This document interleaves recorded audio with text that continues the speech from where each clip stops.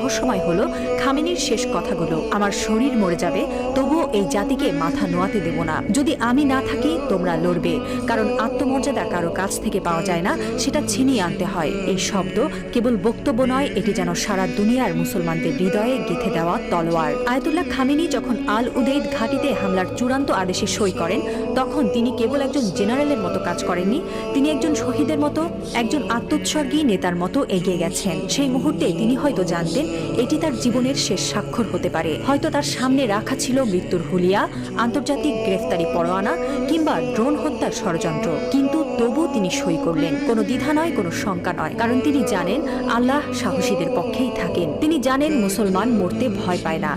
যারা আল্লাহর পক্ষে থাকেন তারা জানে মৃত্যু মানেই পরাজয় নয়, বরং আত্মত্যাগী বিজয়ের শুরু। এই একজন মানুষ এখন আর কেবল ইরানের নেতা নন, তিনি হয়ে উঠছেন সারা বিশ্বের মুসলিম উম্মার প্রতীক, একজন